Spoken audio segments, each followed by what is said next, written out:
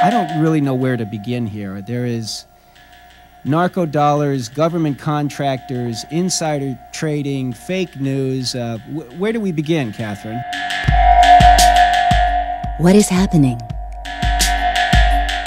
Something is going on. Can you feel the way?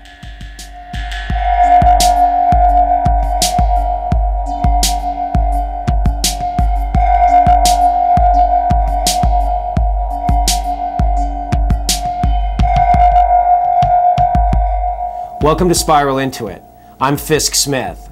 This is the first part of a two-part interview with Catherine Austin Fitts. Catherine Austin Fitts is a former managing director and member of the board of directors of Dillon Read & Company, a former assistant secretary of housing commissioner in the first Bush administration, and the former president of Hamilton Securities Group. She is now the president of Solari Inc., an investment advisory firm. Catherine Austin Fitts is an honest, brave woman who has decided to take on the daunting task of exposing a broad range of corruption that has permeated this country. This is a rot that crosses party lines. This is not a Democratic problem or a Republican problem. It is a national crisis, and we citizens are obligated by our Constitution to take our government back. You will hear in first-hand testimony how drug money, special interest politicians, centralized government, and money laundering in the stock market have so severely degraded our society that nobody feels safe or informed in this whole stinking mess. Catherine Austin Fitts is trying to change things. Listen now to this poignant lady of hope. What is happening? Something is going on. Can you feel the way? Welcome to Spiral Into It. Today we have a very special guest. Catherine Austin Fitts is speaking to us from Hickory Valley, Tennessee. And I don't really know where to begin here. There is narco dollars, government contractors, insider trading, fake news. Where do we begin, Catherine? Well, why don't we begin with narco dollars? That sounds good. Before we do that, though, why don't you just, for our viewers, give us a little thumbnail sketch of who you are, maybe a little bit of your background, your educational background, your professional background, that kind of thing. Sure. I grew up in West Philadelphia. My father had a little brownstone he bought with a VA mortgage when he got back from the war. And so I grew up on the stoops playing hopscotch and I guess stoop ball is what we called it. And in a neighborhood in the 50s that was in West Philadelphia that was sweet and very wonderful. You really knew your neighbors then. Yeah. And you really knew how things worked. And if you had any bad feelings about somebody, you told them to your face because there was no such thing as politically correct.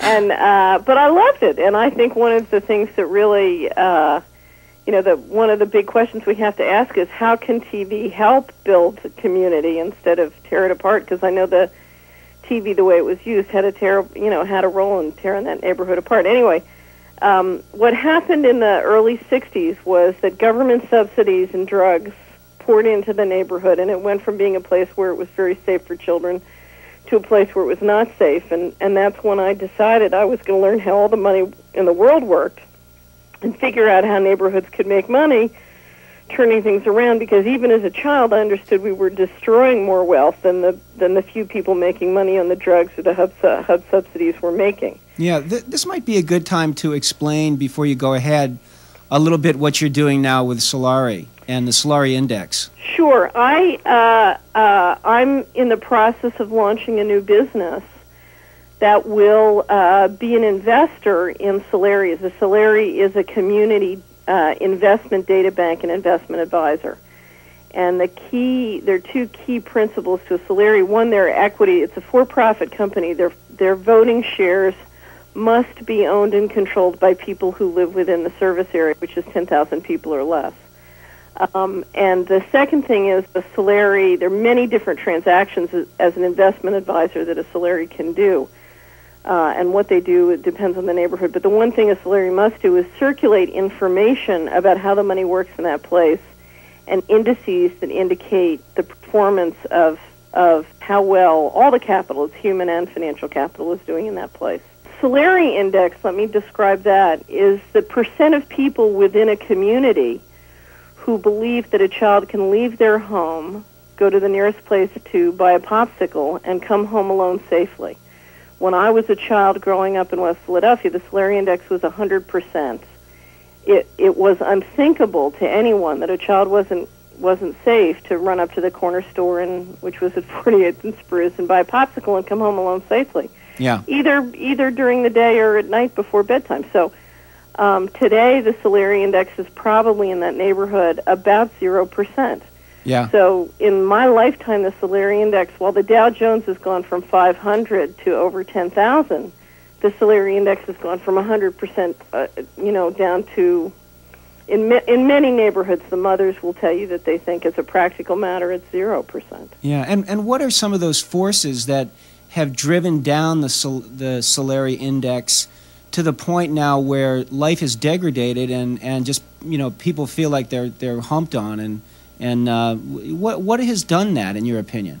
Well, I think there are a lot of forces working in combination, but let me start with the most important, and that is Nicholas Negroponte once said that in a digital age, the data about money was more important and worth more than money. When I was a little girl, the high-performance people who lived in my neighborhood controlled how things worked and understood how all the resources in the neighborhood worked, and were able, if someone was misbehaving, to do something about it. Today in America, let's say that if the average neighborhood is about 4,000 people, say we have 72,000 neighborhoods, generally what you'll find is that people in a neighborhood have no idea how the resources in their neighborhood work, and are at the, whereas the large corporations and large government agencies have massive amounts of data about how all the money works and are in a position to influence or control it from a very centralized position. So Americans have lost the intellectual mastery of how the money works in their places, and they've lost the ability to control it. And the purpose of the salary is to help them get that back.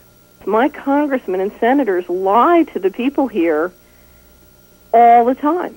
I mean, everything, when I got to Hickory Valley, Tennessee, everything that my neighbors believed about their congressman and senator was based totally on judging them, not according to how the money works, but on complete lies. Sounds pretty consistent with America these days. Well, but the problem that most Americans have is they don't have the knowledge to understand the details of how the money works in a way that they can hold their congressman accountable.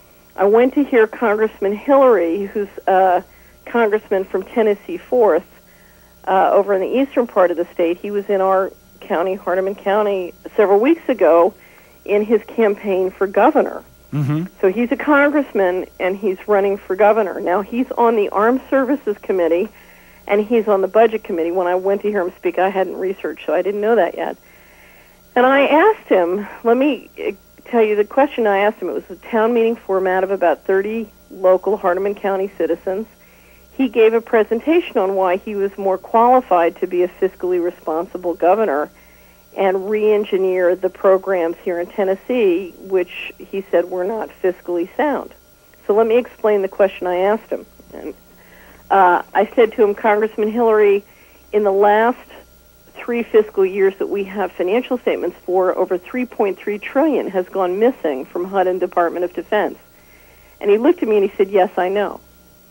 And I said, now, I went to visit my Congressman Ed Bryant and his staff, and Senator Frist and Senator Thompson's staff, and I discussed with them the fact that I had gone to speak to the HUD Appropriations Subcommittee and asked them, they had asked me what was going on at HUD, and I said, I don't know, what do you think is going on at HUD? And they said, we think HUD is being run as a criminal enterprise. And I communicated that to the staff of my congressman and 2 senators, and subsequent, both the Senate Appropriations Committee and my congressional delegation voted a $1.7 billion increase for HUD.